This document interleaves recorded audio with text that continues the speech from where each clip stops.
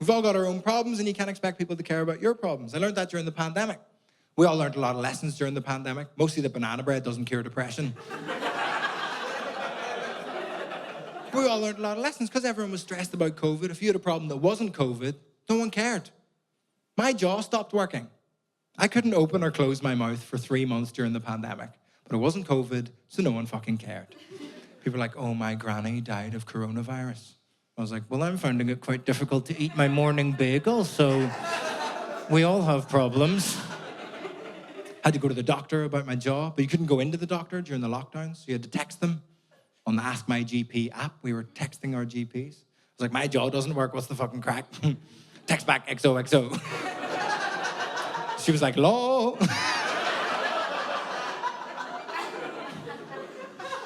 We went backward and forward about my symptoms. She was like, Vittorio, I think you need to cry more. I was like, do you have the wrong number? I cry like once a year. That's fucking loads, no?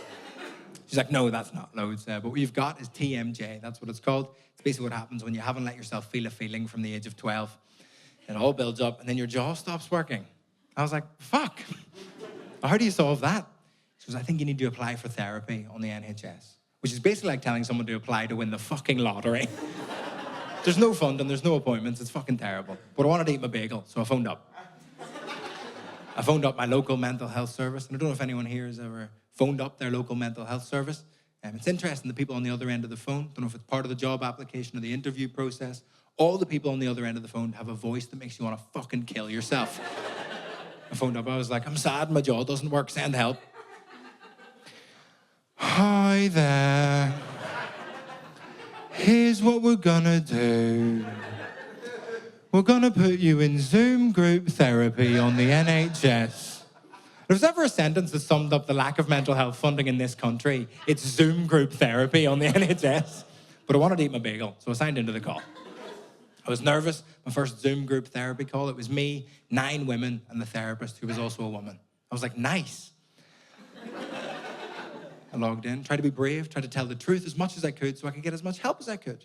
Finished the first session, come back the next week. It was me, 5 women, and the therapist. I was like, oh, maybe they were just busy. Sure, it's fine. Try to be brave, tell the truth as much as I could so I could get as much help as I could. Finished the session, come back the next week. It was me, 1 woman, and the therapist. If I just keep sharing horrific truths about myself, I'll get one-on-one therapy on the NHS. Just weed them out week after week. It's fucking genius.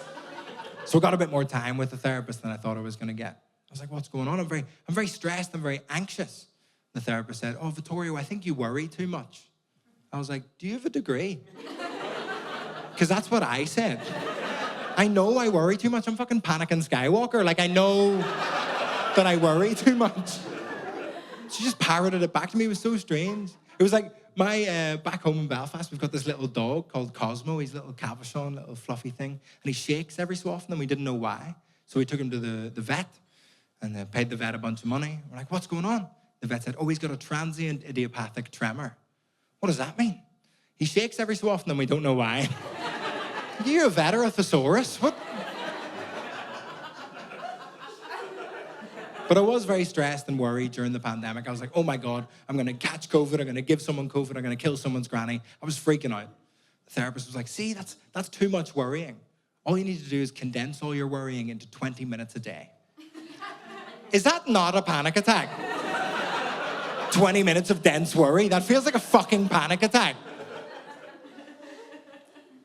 She was like, no, just sit down in your living room, set a timer for 20 minutes, and try and worry. I was like, don't you fucking worry about that. I'm worried. So I sat down in my living room, set a timer on my phone, 20 minutes, worry.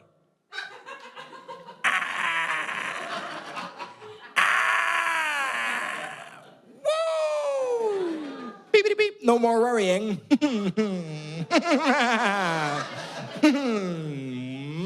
Still worrying, what's going on? Because you spiral. When you try to worry for 20 minutes, you go into this really terrible spiral. So you have to get techniques to get out of the spiral of worry. So they give you these grounding techniques. One of them is called 5, 4, 3, 2, 1.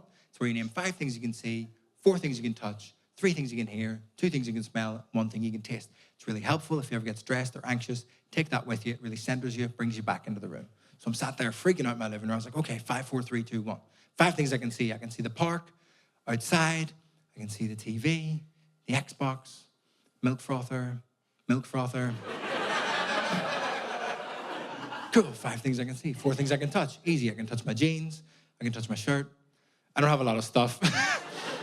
Cool, named 4 things I can touch, 3 things I can hear. I can hear the birds outside. I can hear my girlfriend being English in the other room. I can hear Kendrick Lamar's voicemails for some reason. Grand, 3 things I can hear. 2 things I can smell, easy peasy.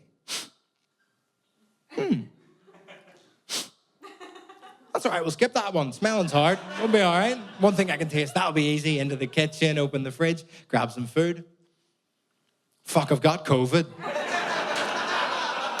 And then we're straight back into the spiral of worry again. Fucking terrible.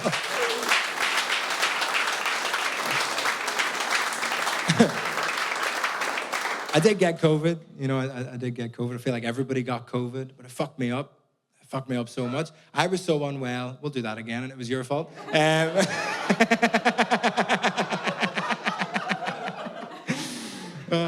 I did get COVID. Everyone got COVID, but it really fucked me up. I was so unwell, I genuinely had the thought, if I have a wank, I might die.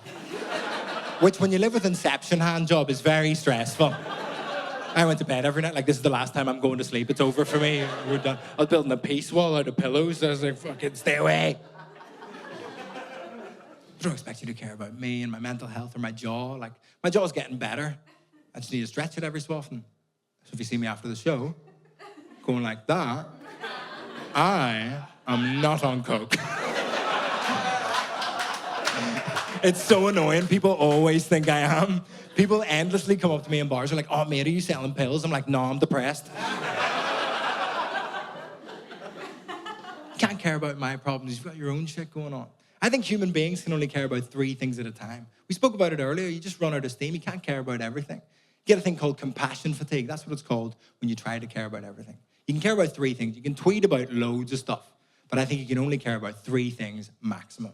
Start of COVID, I was like, right, mask on, social distancing, do it for society, save your granny's life. I care about COVID. And then black people were like, excuse me, we're having a bit of a shit time. I was like, fuck, how do I solve it? What do I need to do? And then all the progressive white people got in a team huddle, and they kind of went, all right, this is a fucking serious problem. This is terrible stuff. We need to solve it. How do we solve it? Should we ask them? No, don't ask them. They're busy. I reckon we can solve it amongst ourselves. We're clever chaps. It's definitely a serious systemic issue that we need to kind of sort out together. Oh, thank you for bringing the biscuits, John. That's so nice. That's really nice. Thank you for doing that. But yeah, it's definitely a serious problem. We need a serious solution. Anyone got a serious solution? Oh, fucking that's brilliant. John, again, that's so good. Right, everyone agree? That's a brilliant... I think that'll solve everything. We don't need anything. Yeah, I think that'll do it. Okay, I'll tell them. Post a black square on Instagram. Felt easier than Martin Luther King made it out to be, didn't it? People were pulling down statues. I was going into gardens, kicking over gnomes. I was thinking, they might have owned slaves. They're old white guys. Fuck them. I finally let out my Eric Cantona. I was like, fuck them. It's like, cool, I care about COVID. I care about black people. And then women were like, excuse me, we're still being sexually harassed. I was like, I thought we'd solved that one. The second wave of MeToo, fucking me neither. I am a male comedian, and I know, like, a lot of male comedians went down in the second wave of MeToo and the first wave of MeToo. We're not doing great.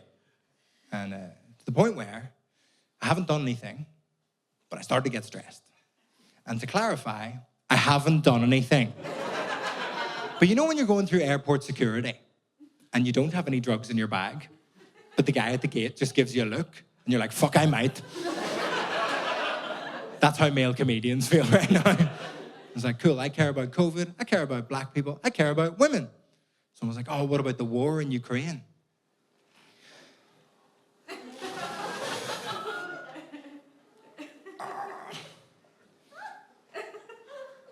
Fuck Ukraine. It was a joke to the people that freaked out there.